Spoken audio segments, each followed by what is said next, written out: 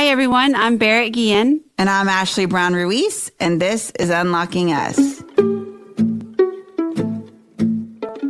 We're back. Hey, guys, it's Barrett. If you remember, I am the Chief of Staff for BRENE Brown Education and Research Group. And I'm Ashley, a licensed clinical social worker and the Senior Director for the Daring Way. And we're also BRENE's younger twin sisters. And we are here to talk to BRENE about her new book, Atlas of the Heart, Mapping Meaningful Connection and the Language of Human Experience, which came out yesterday, November 30th. Guys, we actually got to turn the table on BRENE today, and we asked her the questions. This is a 3-part series that we're doing. It's a sisters book club on Atlas. And the first 2 episodes, Ashley and I interview BRENE about her book. In the last episode, we're going to ask you guys to submit any questions you have after diving into the book. We'll give more details on how to submit your questions, but get the book and start reading so you can hang along with us. It's really going to be fun. A little bit more about BRENE before we get going, just in case we've never actually read her full bio on the Unlocking Us podcast. So here we go. Dr. BRENE Brown is a research professor at the University of Houston, where she holds the Huffington Foundation Endowed Chair at the Graduate College of Social Work. BRENE is also a visiting professor in management at the University of Texas at Austin McCombs School of Business. She has spent the past 2 decades studying courage, vulnerability, shame, and empathy. She is the author of 5 #1 New York Times bestsellers and is the host of the weekly Spotify original podcast, Unlocking Us, whoop, whoop, here we are, and Dare to Lead. BRENE's books have been translated into more than 30 languages, and her titles include Dare to Lead, Braving the Wilderness, Rising Strong, Daring Greatly, and The Gifts of Imperfection. Most recently, BRENE collaborated with Tarana Burke to co-edit You Are Your Best Thing, Vulnerability, Shame, Resilience, and the Black Experience. Her TED Talk, The Power of Vulnerability, is one of the top 5 most viewed TED Talks in the world, with over 50 million views. She's also the first researcher to have a filmed lecture on Netflix. The Call to Courage special debuted on the streaming service in April 2019. BRENE lives here in Houston, right by her sisters, and with her husband, Steve. They have 2 kids, Ellen and Charlie. Here we go. So, BRENE Brown, welcome to Unlocking Us. It's so great to be here. We're so excited to interview you. Oh my gosh, wait till we get to the rapid fire. We've added a few questions. So I can't wait. That's not even funny. That's like Ashley just winked at me. Seriously.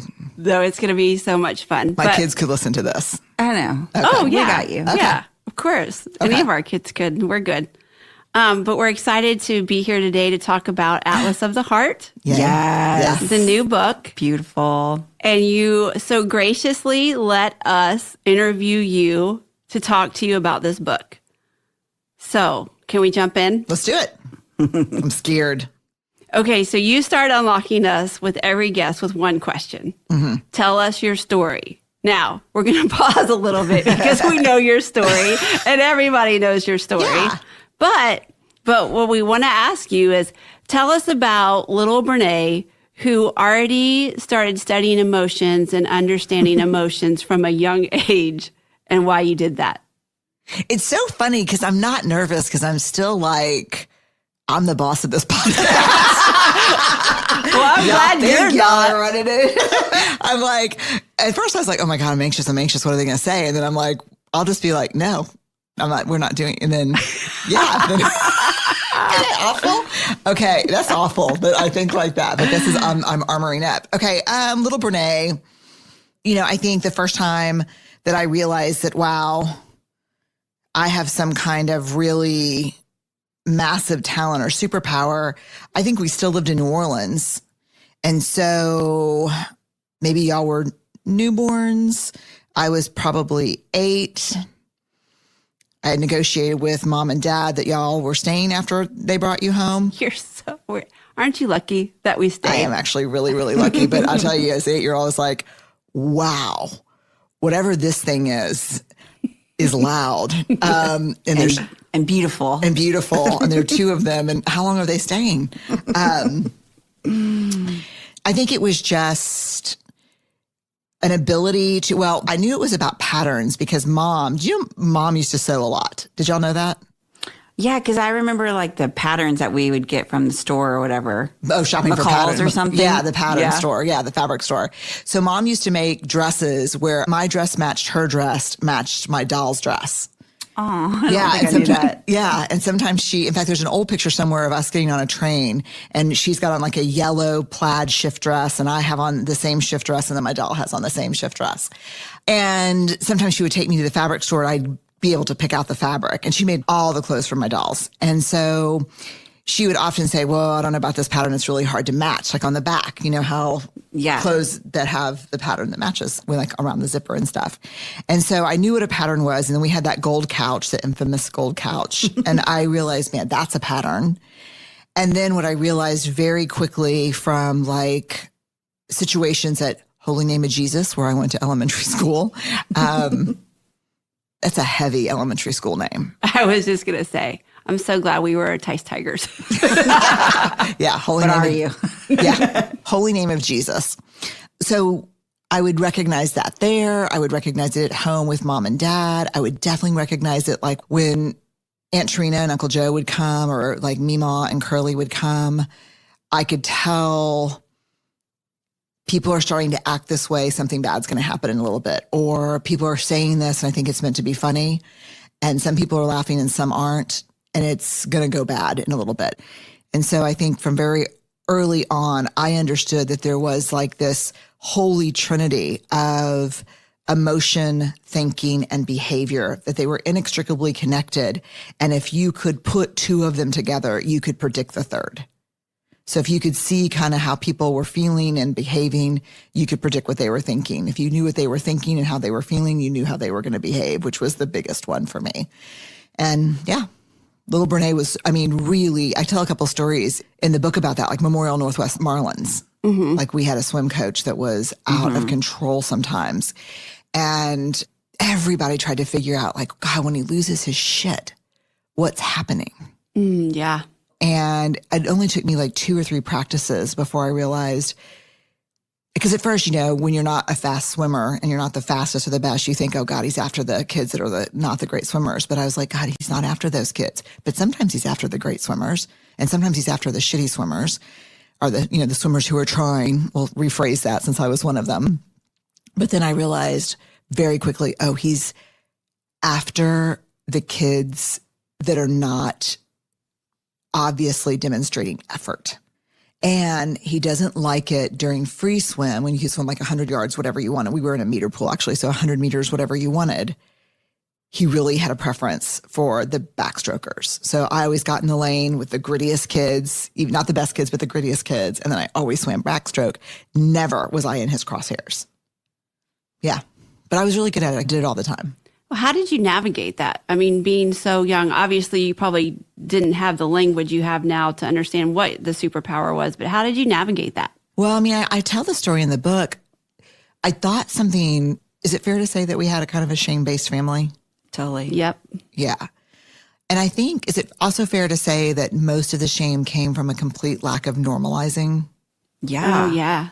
And that mom and dad were in a lot of shame. Yes. Like, they were living in this cookie cutter suburb where the dads were supposed to be like this and the moms were supposed to be like this. And I'm being completely gender binary because that was also part of the expectation. Mm-hmm. And they both came from such hard places that I think they had like a always pretending, waiting to get caught feeling. And so they were always, I think, in a lot of shame. And so I think I was a very shame-based kid. So when I knew I could do that, I actually thought something was wrong with me. I thought maybe I'm like a wizard.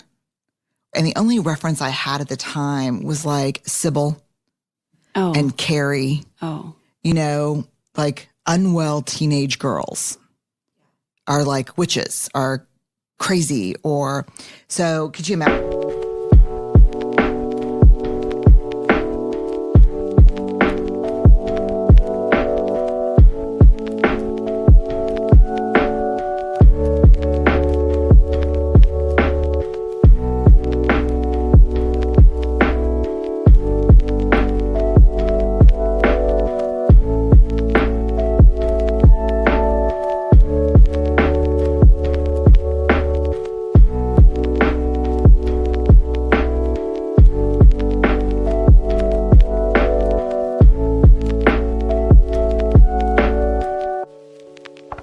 imagine, like, Mom and Dad, I know that I've disappointed you in a number of ways. I'm not on the drill team. I'm not a cheerleader. I'm not dating a quarterback or a running back or anyone important on the offensive line. And I just really want to be in French club. And I like to wear a beret and smoke a little pot. And I also have superpowers. Like it would not have gone over well. So I just used them, but I hid them. How do you think that skill set led to where you are right now in your life? I think it's a mixed bag. I think that there's a couple of things. One, my therapist today calls it hypervigilance. That's your people, Ashley. Your people, the therapy. The therapy call it hypervigilance and talk about it being exhausting and talk about it like always being on guard. Like one of the things I talk about, and this is like a really hard thing for me, is kind of, and I've talked about this before, like never feeling like I belonged in our family. Mm-hmm. And I think it was because of that hypervigilance. Like I never really could participate in the family because I always had to be watching. And I always had to be careful, And so even when things got really fun and everyone was laughing, I was like either the actual protector because shit was going bad, or I was a protector in waiting. Yeah, because it was going to blow up. Because it was going to blow up. And it always did, right? Yeah. And so I think on the bad side, it's an exhausting trait probably related to trauma and growing up in an unpredictable environment. Mm-hmm. Yeah. And, the thing is that when people... Like sometimes I feel shame even talking about like how we grew up because I'm like, yeah, it was really fun. And it was really, do you ever feel like that? Oh, yeah. Well, we were just driving through the old neighborhood the other day with two of my elementary school friends. And when we were talking about all of our friends, and you talk about this too, back in the day, we had no idea what was going on in their house. But now we know what was going on in their house back then. And the power that we could have had if we would have been talking about it with each other is crazy. It's just so crazy because you thought, I'm the only one laying in bed at night listening to the screaming come through the walls. Yeah. But I think the thing about the unpredictability is there was a lot of love in our house. And there was a lot of laughter in our house and a lot of fun. It was just unsafe, not because it was dangerous all the time, but because it was unpredictable all the time. Does that ring true for y'all? Totally fair. Yeah. It's weird if you're listening because we have to ask each other these questions because we almost come from different families. I mean, we don't. We have. Make 'em go crazy.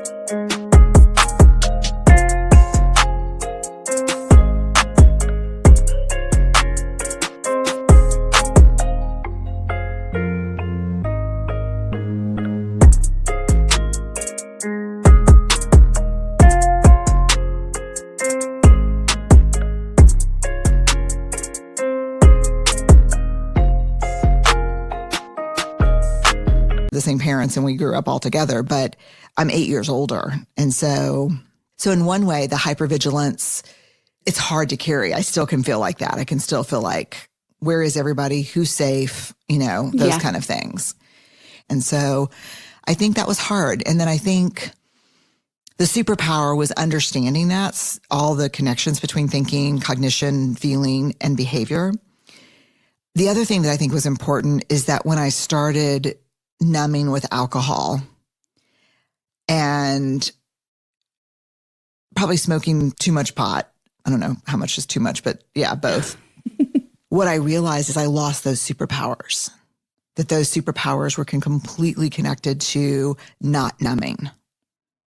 Damn. And so I hate that the hypervigilance, I hate that part. And I think I have to work all the time to overcome that. But I'm grateful that I learned that in the AA Big Book, they say the promise of neutrality, where you're not running towards something or away from something, is only granted, that promise, if you're in fit spiritual condition. And so I think leading me to recovery was a gift of that. leading me to this career was a gift